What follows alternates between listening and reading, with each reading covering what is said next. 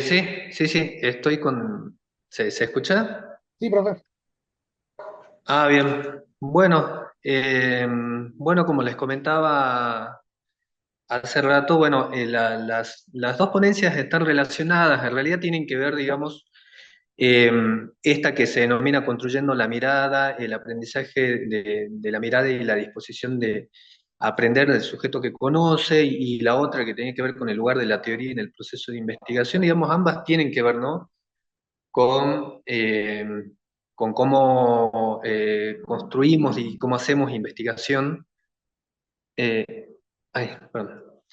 Eh, y que tiene que ver, digamos, con las dificultades, ¿no? La experiencia, digamos, o estas reflexiones surgen de la propia experiencia, ¿no?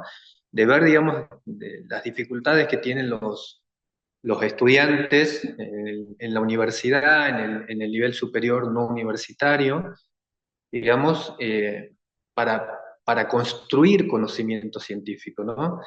Y, digamos, pensamos que tiene que ver, digamos, por un lado, digamos, con cómo el sujeto, digamos, de aprendizaje se posiciona, cómo los alumnos se posicionan como sujetos de aprendizaje, ¿no?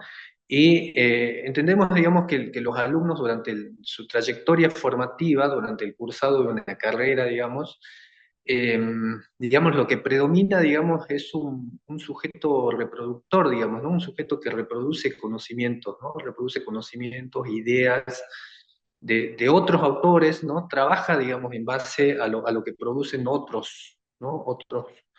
Otros autores, ¿no? Digamos que la investigación, o para investigar, digamos, requiere, digamos, que el sujeto, el alumno, el estudiante se posicione como un sujeto autor de sus propios conocimientos, ¿no? Que pueda hacer, digamos, ese pasaje de sujeto reproductor a ser sujeto autor de de sus propios conocimientos, ¿no? Requiere, digamos, la reflexión sobre sus matrices de aprendizaje, sobre las formas, ¿no? En que aprende, digamos, las formas en que vino aprendiendo y apropiándose de los conocimientos, los saberes, eh, porque, digamos, el conocimiento científico tiene una lógica, digamos, ¿no? ¿Cuál es la lógica de construcción del conocimiento científico? El estudiante tiene que apropiarse, digamos, ¿no? De esa lógica, digamos, ¿no? De investigación, y para eso, digamos, requiere, digamos, revisar, digamos, sus propias matrices y sus propias formas, ¿no? De aprender.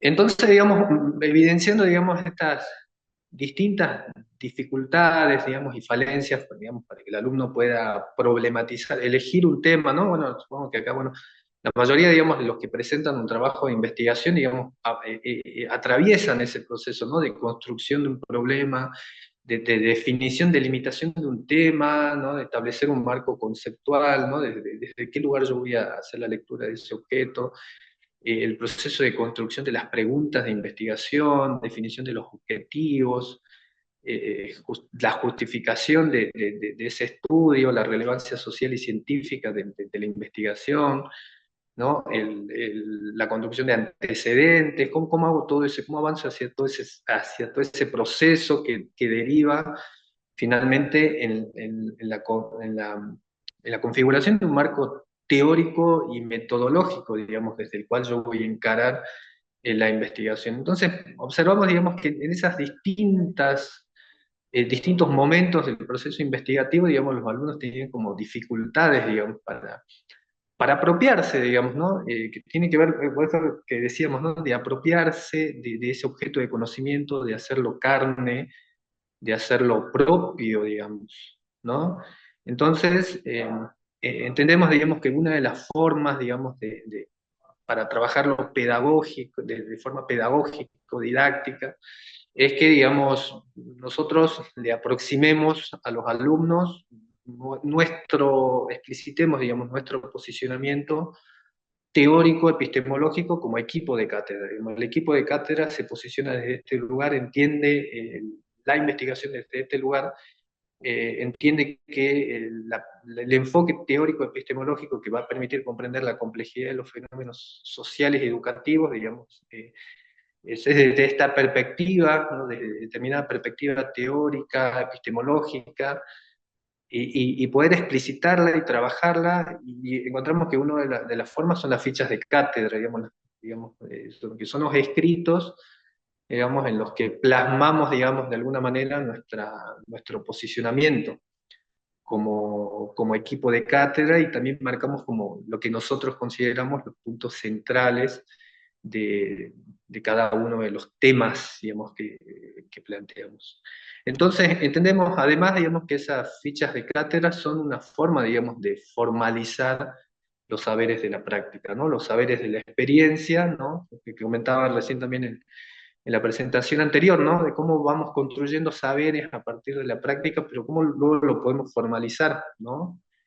Que no, digamos, no queden como meros saberes de la experiencia, sino que formen parte del proceso de enseñanza, aprendizaje, ¿no? De los alumnos. Entonces, las ponencias tienen que ver con eso, ¿no? Por un lado, esta construcción de la mirada, del posicionamiento del investigador, ¿no? Por eso se llama construyendo la mirada, ¿no? Cómo nos posicionamos frente al objeto de estudio, ¿no? La mayoría, digamos, de las ponencias dieron cuenta de su posicionamiento, ¿no? Posicionamiento teórico, epistemológico, político, ideológico, digamos, también plantearon, digamos, la importancia de desde qué lugar nos posicionamos, ¿no? Y específicamente en la cátedra, ¿no? En la cátedra que me comentaba hace rato de Teoría y Metodología de la Investigación para la carrera de Ciencias de la Educación, digamos, trabajamos esta idea de construcción de la mirada en toda una unidad, digamos, ¿no? La unidad, la materia, digamos, se conforma de 4 unidades, eh, en la que vemos en esta primera unidad esta idea de construcción de la mirada, ¿no? Y luego vemos en la unidad 2, 3 y 4, vemos todo el proceso de la investigación, ¿no? En la segunda vemos el proyecto, en la tercera trabajo de campo, y en la última el informe final de investigación. Pero la ponemos como primera unidad a esta idea de construcción de la mirada porque entendemos, digamos, que el posicionamiento del investigador, el lugar desde el cual encara o entiende la realidad educativa, construye realidad, ¿no? Digamos, no es que existe una realidad externa al sujeto, ¿no? Y el sujeto hace la lectura desde un determinado lugar, sino que eso que define como objeto de estudio, ¿no? Estos distintos objetos de estudio que se mencionaban acá en estas distintas presentaciones, entendemos que se configuran a partir de esa articulación entre el posicionamiento del investigador, digamos que ahí tenemos varias dimensiones, teóricas, epistemológicas, ideológicas, políticas, axiológicas, ¿no? Que en ese proceso de intermediación o de mediación con la realidad externa, digamos, se configura, digamos, un objeto, digamos, ¿no? ¿Qué es lo que vamos a investigar? ¿No? Lo cognoscible, lo posible de ser conocido de determinada realidad se define a partir de ese posicionamiento, ¿no? Por eso, digamos, de distintas perspectivas paradigmáticas definen distintos objetos de estudio, porque se definen en función de los distintos posicionamientos de los investigadores.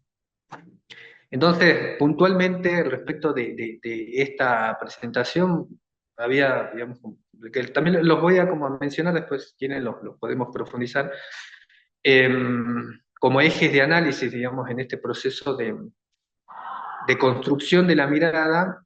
Que me estaba olvidando, que les decía que esta idea, digamos, de construcción de la mirada que la trabajamos en la primera unidad, digamos, la, la pensamos y la construimos a partir, la entendemos, digamos, como la convergencia de distintas herramientas, de distintos aportes, de distintos autores, ¿no? Nosotros trabajamos esta idea de construcción de la mirada a partir de los aportes, voy a mencionar algunos autores, de Achille, Basilachis, Uwe Lincoln, Thomas Hopkins, y cada autor, digamos, nos brinda una mirada o nos brinda un aporte para entender ese proceso de construcción de la mirada, ¿no? O sea, algunos autores, como Lena Chili, nos brinda el aporte, digamos, en las lógicas de investigación. Google Lincoln, digamos, nos brinda los aportes de los paradigmas, ¿no? Y las distintas concepciones ontológicas, epistemológicas y metodológicas que orientan, digamos, la actividad del investigador. Thomas Piketty nos brinda la visión cómo lo ideológico político, ¿no? Eh, atraviesa, digamos, ¿no? Y condiciona la mirada del investigador, digamos, el aporte de distintos autores para, digamos, eh, entender, digamos, cómo se construye la mirada, cómo se construye el posicionamiento del investigador. Y los ejes de análisis, digamos, digamos, quisiera compartir, digamos, tiene que ver con que esta mirada no es algo que no es algo dado en el sujeto, ¿no? Que el proceso de construcción, digamos, de la mirada es algo que se aprende, ¿no? Es decir, como que aprendemos a mirar la complejidad, ¿no? Que implica un proceso de aprendizaje por parte del investigador, ¿no? O sea, mirar la complejidad no es algo dado, sino que lo vamos aprendiendo.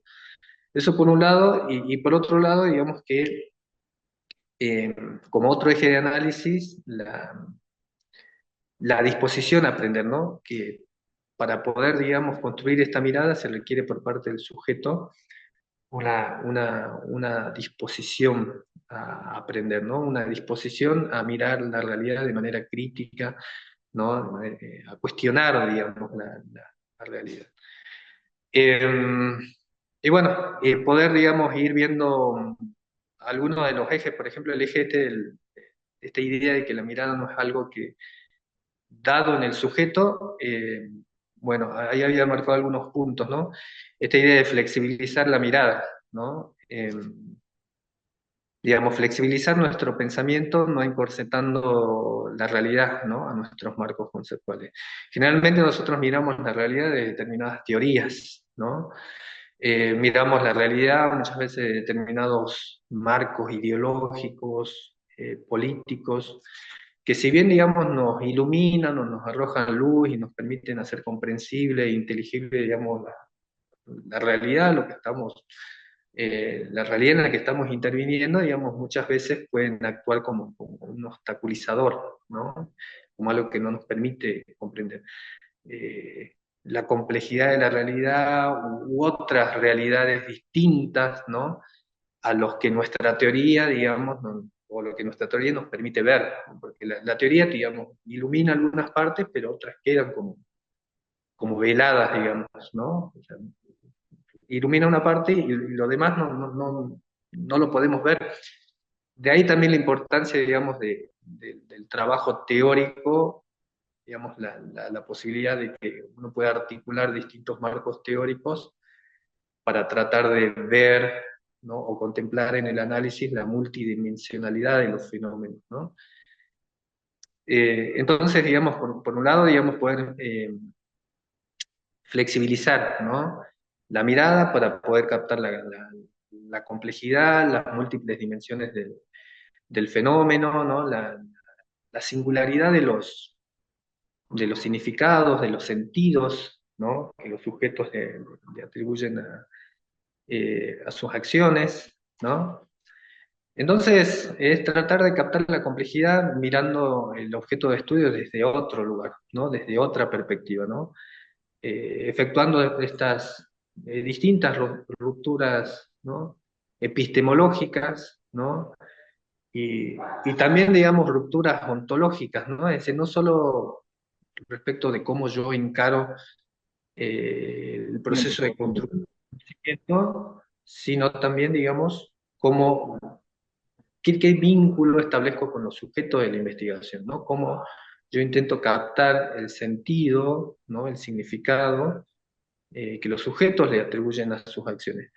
Entonces eso requiere, digamos, otro tipo de ejercicio, de reflexividad, digamos, ¿no? Y, digamos, ahí tomamos aportes de Basilachi que trabaja, digamos, la epistemología del sujeto conocido, ¿no? Cómo hacer el pasaje de la epistemología del sujeto conocente a una epistemología del sujeto conocido.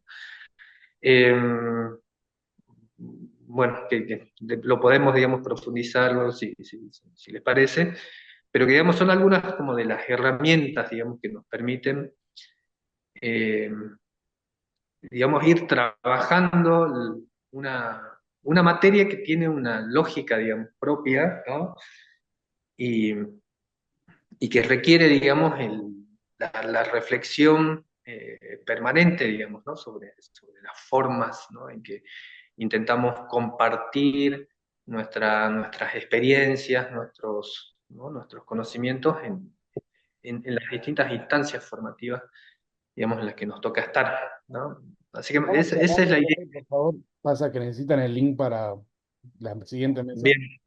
Sí, no, ahí cierro, digamos, con esta idea de cómo poder, ¿no? Como un desafío